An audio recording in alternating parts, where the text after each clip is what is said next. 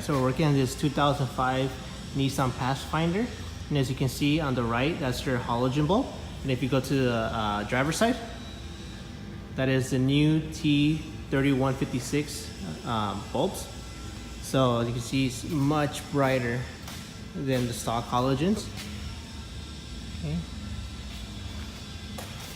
And no hyper flash, as you can see.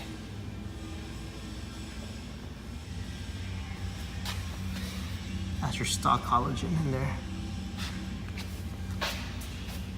Emergency.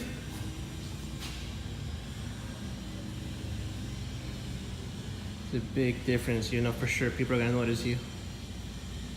And very easy to work with these vehicles too. Just two 10 millimeters that hold the whole headlight, and this is gonna be the center bulb. Just take it out, replace it, and you're done.